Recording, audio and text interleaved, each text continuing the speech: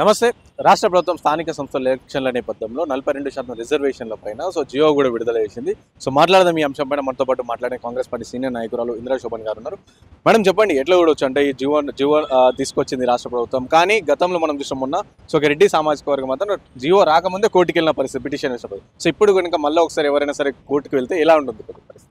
First of all సామాజిక తెలంగాణ కోసం Congress party కట్టుబడి ఉందని చెప్పడానికి ఇవాళ నిదర్శనంగా ఇచ్చిన మాట నిలబెట్టుకున్నందుకు రేవంత్ అన్నకి కృతజ్ఞతలు తెలియజేస్తున్న ఒక బీసీ బిడ్డగా. అలాగే పిసిసి అధ్యక్షులు మహేష్ అన్న గారు, పొన్నం ప్రభాకర్ అన్న, కొండ సురేఖ అక్క, శ్రీహరణ, అందరూ మంత్రులందరూ కూడా సామాజిక తెలంగాణ కోసం రాహుల్ గాంధీ గారు ఇచ్చినటువంటి మాటను నిలబెట్టుకొని ఇవాళ ఒక జీవో రూపకంగా బయటకి ఇవ్వడం జరిగింది. సో ఏదైతే రాజ్యాంగము రాష్ట్రాలకి హక్కును కల్పించిందో ఆ హక్కును మాత్రమే ఇవాళ మేము వినియోగించుకున్న ప్రయత్నం చేశాము. సో ఇవాళ ఆర్టికల్ 243D కానీ ఆర్టికల్ 243T6 కానీ, సో అంటే D6 కానీ T6 కానీ, ఈ రెండు కూడా ఏం చెప్తున్నాయి, రాష్ట్రాలకి ఈ హక్కు ఉందని చెప్తుంది. సో దాన్ని వల్ల మేము చట్టపరంగా మాకున్నటువంటి హక్కును ముఖ్యమంత్రి గారు వినియోగించారు. అంతకన్నా ముందు చేసి ఉండొచ్చు అని మాట్లాడుతుండొచ్చునేమో, బట్ కానీ అంత ముందుకు కేంద్ర పరిధిలో ఉన్నటువంటి చట్టపరంగా పార్లమెంటు అనౌన్మెంట్ జరిగినట్లయితే ఎవరు కూడా ప్రశ్నించేటువంటి అధికారము ఆ మాత్రము కూడా లొసుగులు లేకుండా ఉంటుందన్న ఉద్దేశంతో ఆ ప్రయత్నం చేశాము. సో కేశవానంద భారతి కేసు సంబంధించినట్లో రాజ్యాంగపరంగా ఉన్నటువంటి అనౌన్మెంట్ చేసుకోవచ్చు అని కూడా చెప్పడం జరిగింది. సో ఎందుకు చేసుకోవాలని దానికి కావాల్సిన సపోర్ట్ డాక్యుమెంట్, ఎంపిరికల్ డేటా ఇవాళ రాష్ట్ర ప్రభుత్వం చేసింది. సో వీటన్నింటినీ ముందు పెట్టుకున్నప్పుడు మేము ఇవాళ దాన్ని చేసి దాంట్లో అన్నా కూడా కేంద్ర ప్రభుత్వం ఎక్కడ అంగీకరించకపోవడంతో ఇవాళ రాష్ట్రానికి ఉన్నటువంటి హక్కును వినియోగించుకోవడం జరిగింది. సో కేంద్రంలో ఉన్నటువంటి బీజేపీ, బీఆర్ఎస్ రెండూ కూడా చట్టసభల్లోనేమో ఒక ధోరణి, బయట మరొక ధోరణి ఉంటారు. అంటే రెండు నాలుకల ధోరణిలో ఇవాళ వాళ్ళు బీసీలకి మోసం చేస్తున్నారని చెప్పాల్సిన అవసరం ఉంది. ఇవాళ పూర్తి క్రెడిట్ దేశంలో ఎవరు చేయనటువంటి ఒక సాహసోపేతమైనటువంటి నిర్ణయాన్ని రేవంత్ అన్న గారు అటు ఉద్యోగ పరంగా కానీ, ఉపాధి పరంగా కానీ, రాజకీయ కోణంలో కానీ ఇవాళ బీసీలకి న్యాయం చేశారు. ఎస్సీ, ఎస్టీ, బీసీకి సంబంధించి 69% తోటి ఎలక్షన్కి వెళ్ళబోతున్నామని చెప్పి జీవో ఇవ్వడం జరిగింది. సో ఇది హర్షణీయం. సో దేశంలో ఎవరు చేయని పని రాష్ట్ర ముఖ్యమంత్రిగా రేవంత్ అన్న చేసినప్పుడు 100% మనం దాన్ని స్వీకరించాలి. పార్టీలకు అతీతంగా ఉన్నటువంటి నా బీసీ బిడ్డలు, ఎస్సీ, ఎస్టీలు అందరూ కూడా కాంగ్రెస్ వైపుకి మొగ్గు చూపాలి, కాంగ్రెస్ వైపుకి నిలబడాలి అండగాని ఈ సందర్భంగా వాళ్ళందరికీ నేను విజ్ఞప్తి చేస్తున్నాను. కోర్టుకు పోతే ఎలా ఉంటుంది పరిస్థితి? నేను ఏమంటానంటే కోర్టుకి ఎందుకు వెళ్తారని అడుగుతున్నాను. ఈడబ్ల్యూసీ ఇచ్చినాడు, కోర్టుకి ఎందుకు వెళ్ళలేదు? మేము వెళ్ళలేదు కదా కోర్టుకి. ఈడబ్ల్యూసీ ఇచ్చినప్పుడు సో వాళ్ళని కూడా మేము గౌరవించాం, వాళ్ళ హక్కులని. సో ఆనాడే స్లాబ్ ఎత్తివేసినప్పుడు ఇవాళ కొత్తగా స్లాబ్ ఎక్కడి నుంచి వస్తుంది? ఇవాళ ఈడబ్ల్యూసీ రిజర్వేషన్లు తీసి బీసీలకు ఇస్తలేరు కదా. ఇప్పుడు ఓసీ వ్యక్తి వెళ్ళినాడని మనం చెప్పినప్పుడు అతను ఒక రిజర్వేషన్ తీసి మాకు ఇవ్వట్లేదు కదా. సో ఉన్నటువంటి వాటాను ఇవాళ మా యొక్క మేము ఎంతమో మా అంత, మేము కట్టే పన్ను ఎక్కువ, ఇవాళ మా సంఖ్య ఎక్కువ, మా ఓటు బ్యాంక్ ఎక్కువ, అన్ని రకాలుగా మా యొక్క భాగస్వామ్యం ఉంది. కాబట్టి పవర్ ఎంపవర్ జరిగే దాంట్లో కూడా మా భాగస్వామ్యం పెరగాలని కోరుకుంటున్నాం, తప్పులేదు కదా. కాబట్టి ఆ దాంట్లోనే ఇప్పుడు 10% లేనటువంటి వాళ్ళకి 10% రిజర్వేషన్ ఇచ్చారు. మరి 50% ఉన్న వాళ్ళకి 50% రిజర్వేషన్ తీసుకోవాలి కదా. కానీ మేము అలా కూడా తీసుకోవాలి కదా, 40%గా తీసుకున్నాం కదా. కాబట్టి ఇలాంటివన్నీ కూడా వెనక ఉండి ఎవరో రాజకీయ నాయకులు చేసేటువంటి వాటికి భయపడాల్సిన అవసరం లేదు. ఈ రాష్ట్రంలో ఉన్నటువంటి అన్ని పార్టీలలో ఏ పార్టీ ఎవరి వైపు ఉన్నారో తెలంగాణ సమాజానికి బాగా తెలుసు. ఎవరైనా అలాంటి కుట్రలు కుతంత్రాలు తెలిసి కోర్టుకు అన్న ఆలోచన ఉన్నా కూడా వాళ్ళ యొక్క వెనక బ్యాక్గ్రౌండ్ ఎవరన్నది కూడా తెలిసిపోతుంది. సో తప్పకుండా ఈ సమాజంలో వాళ్ళు ద్రోహులుగా మిగిలిపోతారు. అది ఈ సమాజం ముందు తప్పకుండా నిలబెడతాం వాళ్ళని. ఎవరు తప్పు చేస్తారు, ఎవరు మా అభివృద్ధికి అడ్డుపడుతున్నారు, ఎవరు కాళ్ళ కట్టబెడుతున్నారు, ఎవరు ఆటంకంగా ఉన్నారు చెప్పడం కోసం మాకు ఎలాంటి శశబిషలు 100% బీసీల ద్రోహులుగా మిగిలిపోతారనే సందర్భంగా చెప్పాల్సినటువంటి అవసరం ఉన్నది. సో ఇవాళ ఆనాడు కేసీఆర్ జీవో తెచ్చాను నేను కూడా సేమ్ ఇలానే ఆయన కూడా మాట్లాడుతున్నారు. ఇవాళ జీవో 9 తెచ్చిన తర్వాత ఎందుకు జీవో 9 వచ్చిందో దానికి పూర్వపరాలు పరిశీలిస్తే మనకు ఒక డేటా ఉంది. మరి కేసీఆర్ జీవో తెచ్చిన తర్వాత ఎందుకు కోర్టులో ఎందుకైనా ఆర్గ్యుమెంట్ చేయలేదు? సుప్రీంకోర్టులో ఆనాడు జాజుల శ్రీనివాస్ గౌడ్ కోర్టుకు వెళ్ళినా కూడా కోర్టులో అంశం ఉండగానే నీవు నోటిఫికేషన్ ఇచ్చావు. మరి మీకు రేవంత్ రెడ్డి గారికి ఎంత డిఫరెన్స్ ఉందో చూడండి. ప్రజాపాలనలో పాలించేటువంటి ముఖ్యమంత్రి గారికి నియంతృత్వ ధోరణిలో పాలించే కేసీఆర్ యొక్క పాలనకి చాలా డిఫరెన్స్ ఉంది. ఇది ఈ యొక్క వేరియేషన్ ద్వారా మనం తెలుసుకోవచ్చు. కాబట్టి అల్టిమేట్గా తెలంగాణ రాష్ట్రంలో ఉన్నటువంటి కింది వర్గ బిడ్డలందరూ కూడా అప్రమత్తం అవ్వండి. కాంగ్రెస్ పార్టీ ఆనాడైనా ఈనాడైనా ఎన్నడూ అయినా కూడా కింది వర్గాలకి అండగా నిలబడుతుంది. రిజర్వేషన్లు ఇచ్చేది కాంగ్రెస్ పార్టీ మాత్రమే. ఈ సందర్భంగా మరోసారి సుస్పష్టమైంది.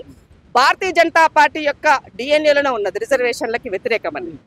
ఇందాక మా సోదరులు ఓటు చోరీ చేస్తారు, ఎక్కడెక్కడ ఏ విధంగా ఓట్లు చోరీ చేస్తారు. ఓట్ల చోరు ఎవరు చేస్తారు? నీ మీద నీకు నమ్మకం లేకపోతే, ప్రజల యొక్క ప్రాథమిక హక్కును కాల రాస్తున్నావు అంటేనే అర్థమైపోతుంది. ఇవాళ ఎలక్షన్ కమిషన్ ఇండిపెండెంట్ గా ఉండాల్సిన దాని పని దాన్ని చేసుకోనియకుండా దాన్ని గుత్తాత్తులో నడిపిస్తూ ఇవాళ ప్రజల యొక్క నమ్మకాన్ని కోల్పోయే విధంగా చేస్తూ ఉన్నప్పుడు, మీ పట్ల విశ్వాసం మీరు కోల్పోయే విధంగా మీరు చేసుకుంటూ ఉన్నప్పుడు బీజేపీని నమ్మాల్సిన అవసరం లేదు. కాబట్టి పెద్ద ఎత్తున ఇవాళ రాష్ట్రంలో కానీ దేశంలో కానీ ఓట్ చోరీకి సంబంధించి ఇవాళ మా సోదరులు యూత్ కాంగ్రెస్ వాళ్ళు ఒక పీపీటీ ప్రజెంటేషన్ కూడా ఇచ్చారు. సో ఒక ఇంట్లో ఏ విధంగా 74 ఓట్లు ఉన్నాయి. ఒక ఇంట్లో ఉన్న వ్యక్తి యుఎస్ఏలో ఉంటే కూడా తనకు ఓటు ఇక్కడ ఏ రకంగా ఉన్నది. ఇవాళ నియోజకవర్గాల వారిగా, అలాగే పార్లమెంట్ నియోజకవర్గంలో మొన్న జరిగినటువంటి అవకతవకల పట్ల చేసినటువంటి ఎక్సైజ్ అంతా కూడా ఒక పీపీటీ రూపకంగా ఈ సమాజం ముందు ఉంచారు. కాబట్టి తెలంగాణ సమాజం అంతా డెమోక్రసీ, ప్రజాస్వామ్యం మీద నమ్మకం ఉన్నవాళ్ళు, నీ యొక్క హక్కుల మీద ఎదురుదాడి చేస్తున్నటువంటి వాళ్ళు, నీ హక్కులకు తూట్లు పడుస్తున్నటువంటి వాళ్ళు ఎవరు అన్నది తెలుసుకోవాల్సిన అవసరం ఉన్నది. దీన్ని పెద్ద ఎత్తున ఇవాళ జరగబోయే అటువంటి ఈ యొక్క క్యాంపెయినింగ్కి ఏదైతే ఓట్ చోరీ క్యాంపెయినింగ్ ఉన్నదో ఆ ఓట్ చోరీ క్యాంపెయినింగ్లో నేను కూడా నా వంతు భాగస్వామ్యం అయ్యి నేను ఈ ఓట్ చోరీ ఫామ్ని ఫిల్ చేశాను. మీరందరూ కూడా భాగస్వాములు కండి. ఈ ఓట్ చోరీ కార్యక్రమాల్లో భాగస్వామ్యం పెద్ద ఎత్తున ఎలక్షన్ కమిషన్ పైన ఇవాళ తను దిగొచ్చేంత వరకు ఇది చేయాల్సిన అవసరం ఉన్నది. ఒక సిటిజన్ గా నీ యొక్క హక్కును నువ్వు ఉపయోగించుకోవాలని విజ్ఞప్తి చేస్తున్నాను. ఇంకోవైపు రాష్ట్ర ప్రభుత్వం చాలా ప్రతిష్టాత్మకంగా తీసుకొని గ్రూప్ 1 సంబంధించి ఎగ్జామ్ నిర్వహించి ఈ రోజు కొలువుల పండుగ అని చెప్పేసి రేవంత్ రెడ్డి గారు నియామక పత్రాలు ఇస్తారు. కానీ నిరుద్యోగులు మాత్రం కొంతమంది వాళ్ళందరూ కూడా లేదు, ఇలా అవకతవకలు జరిగినాయి, సుప్రీంకోర్టుకు వెళ్తాము, సో ఒక నెల రోజులే పండుగ ఉంటుంది, దాని తర్వాత ఎట్లా కూడా కొట్టేస్తుంది అని చెప్పేసి కూడా కొంతమంది చెప్తారు. ఏం చెప్తారు మేడం? ఇప్పుడు రాని వాళ్ళకేమో వచ్చిన ఆనందం ఉంటారు, రానటువంటి వాళ్ళేమో రాలేదన్న బాధలో ఉంటారు. సో 2013 తర్వాత గ్రూప్ 1 అనేది గత ప్రభుత్వం ఎలక్షన్ల ముందు నోటిఫికేషన్ ఇచ్చి పేపర్ లీకేజీలో ఏ విధంగా జరిగిందో మనం చూసాం. రేవంత్ అని వచ్చిన తర్వాత దాని ఒక ప్రక్షాళన చేసి ఒక నోటిఫికేషన్ ఇచ్చి ఇంకా కొన్ని సీట్లు పెంచి ఇచ్చినటువంటి దాన్ని కాపాడుకోవాల్సిన బాధ్యత యువత పట్ల ఉన్నది. మీ యొక్క అభిష్టం మేరకు వ్యతిరేకంగా ఎప్పుడు ఎక్కడా కూడా రేవంత్ అన్న ముందుకు వెళ్ళట్లేదు. మీకు సమస్య ఉంటే విన్నవించుకోవాలి. ఇవాళ టీఎస్పీఎస్పీ చైర్మన్గా బూర వెంకటేశ్వర గారు ఉన్నారు. మీరు ఎంతను కూర్చోండి, సామాజిక స్పృహ ఉన్న వ్యక్తి కదా, మీ సమస్యలు తన దగ్గర పరిష్కారం చేసుకోండి. అలా కాకుండా కోట్లు మెట్లెక్కి మీ యొక్క సమయాన్ని వృధా చేసుకొని ఇవాళ మీరు ఒక విన్నపం మీరు పెట్టారు. సీట్లు వచ్చి గెలిచినటువంటి ముందున్నటువంటి వాళ్ళందరూ కూడా వాళ్ళు కూడా ఒక ప్రెస్ మీట్ పెట్టి వాళ్ళ యొక్క బాధని వ్యక్తపరిచారు. వాళ్ళ యొక్క పిల్లలు మమ్మల్ని 3 కోట్లకు అమ్ముడు పోయినామని కేటీఆర్ మాట్లాడినాడు కదా.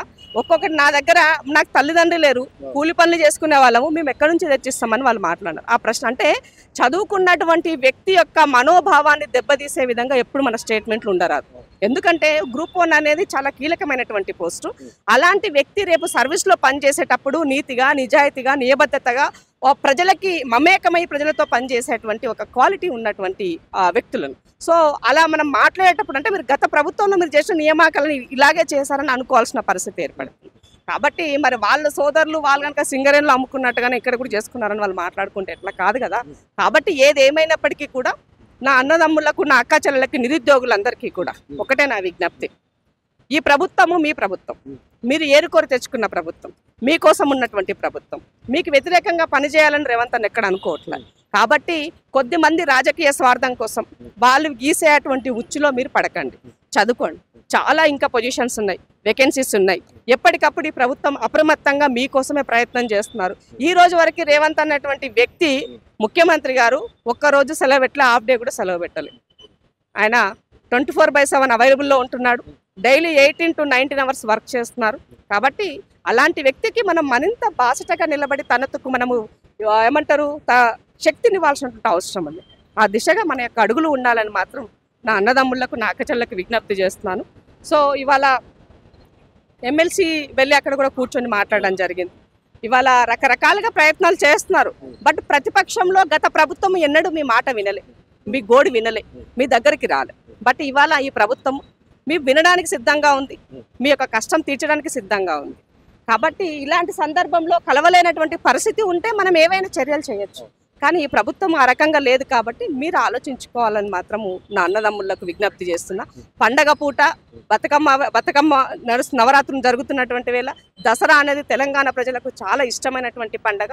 పండగ పూట అవ్వ అయ్యలకు ఇబ్బంది పెట్టకుండా అందరిని సంతోషంగా ఉంచే విధంగా అందరూ సుఖ సంతోషాలతో ఉండాలని అమ్మ ఆశీస్సులు నా యొక్క నిరుద్యోగ యువత పట్ల, అలాగే రేవంత్ అన్న పాలన పైన ఉండాలని మీ ద్వారా కోరుకుంటున్నాను. పండుగ బతుకమ్మ అని చెప్పారు, గుర్తొచ్చింది. సో బతుకమ్మ పండుగ వచ్చేసింది. సో ఎప్పుడు బతుకమ్మ చీరలు ఇంకెప్పుడు పంపిణీ ఉంటే చాలా మంది మహిళలు కూడా వేచి చూస్తా ఉన్న పరిస్థితి.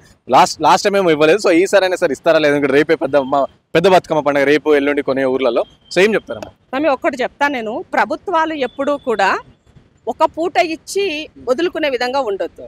ప్రభుత్వ ఖజానా అంటే దానికి ఒక బాధ్యత ఉంటుంది. ప్రజలను ఎప్పుడు ఎంపవర్మెంట్ చేయడానికి ప్రయత్నం చేయాలి. వాళ్ళ యొక్క ఆర్థిక స్థితిగతులు మెరుగుపరిచే విధంగా ఉండాలి విధానాలు ఎప్పుడూ కూడా. సో కాబట్టి ఈ ప్రభుత్వము నా ఆడబిడ్డలకు సెల్ఫ్ హెల్ప్ గ్రూప్ అయి ఉండొచ్చు, మిగతా ఆడబిడ్డలు ఎవరైనా అయి ఉండొచ్చు, ఇవాళ మహిళలకి పెద్ద ఎత్తున ఏ స్కీమ్ ఈ ప్రభుత్వం మొదలుపెట్టినా మహిళలకే చేసింది. ఒక ఇల్లు ఇచ్చిన ఆడబిడ్డ పేరు మీదనే ఇచ్చినాం, భూమి ఇస్తున్న ఆడబిడ్డ పేరు మీదనే ఉంది.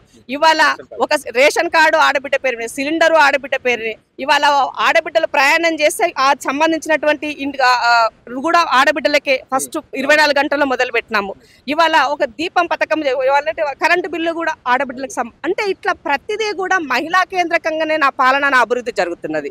మరి నా ఆడబిడ్డలకు ఒక చీర ఇవ్వలేదని ఆడబిడ్డలు అడుగుతారా? మీరు ఆలోచించండి. అంతకన్నా ఎక్కువగా ఆ ఆడబిడ్డలకు అందిస్తున్నాం.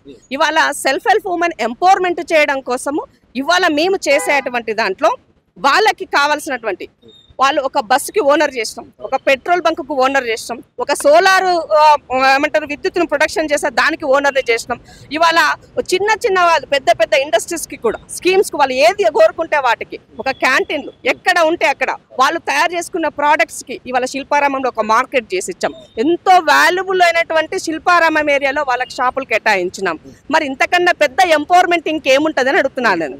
పండగ పూట నేనిచ్చే చీర కన్నా వాళ్ళు స్వతహాగా ఆర్థికంగా మరింత మెరుగైనది కొనుక్కోవడానికి నేను వెసులుబాటు కల్పిస్తున్నా. ఇది కదా తెలంగాణ సమాజానికి కావాల్సింది, ఇది కదా మన ప్రభుత్వాలు చేయాల్సింది. కాబట్టి ఒకరోజు ఇచ్చేటువంటి దానికన్నా కూడా పరిమితమైనట్టుగా తన కుటుంబము సుఖ సంతోషాలతో ఉండడం కోసమే ఈ ప్రభుత్వం ఎక్కువ ప్రయారిటీ ఇస్తుందన్నది అర్థం చేసుకోవాలని తెలియజేస్తున్నా.